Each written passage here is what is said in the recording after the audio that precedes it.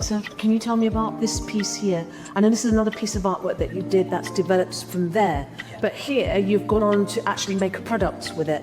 Yes. Can you tell us something about the product? Here I tend to produce a t-shirt right over here with one of the work developed by Helen Wells and my own work.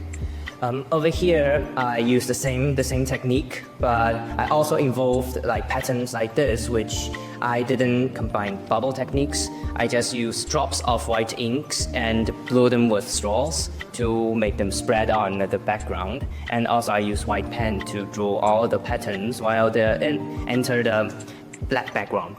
And I will use black pen to draw when they enter the white background.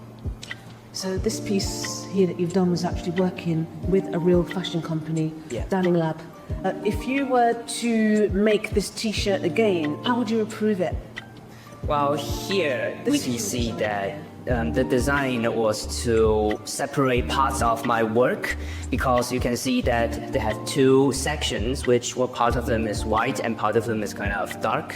And if I'm gonna do another design of this t-shirt, I might expand the patterns and make the whole work overlap on the whole t-shirt rather than parts of it, because the t-shirt is whole dark and I want to make the pattern much more obvious. I have bought this t-shirt, I think maybe 2 or 3 times. I've given one to members of my family.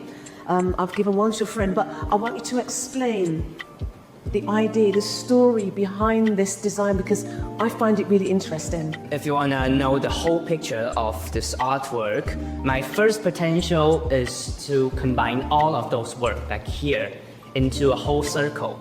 As you can see, the picture, like the circle over here is only a half, but once you turn your eyes over here, you can see that it can form to a whole circle if you combine all of those work together.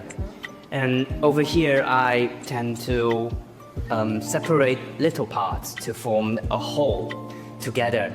Although it's not a whole picture that I produced before, but I want to make it connected. Okay, so this is the back. What's the story on this? The story of the background is quite similar, but you can see that this part tend to going through the circle, which kind of get closer to reality rather than staying on 2D patterns.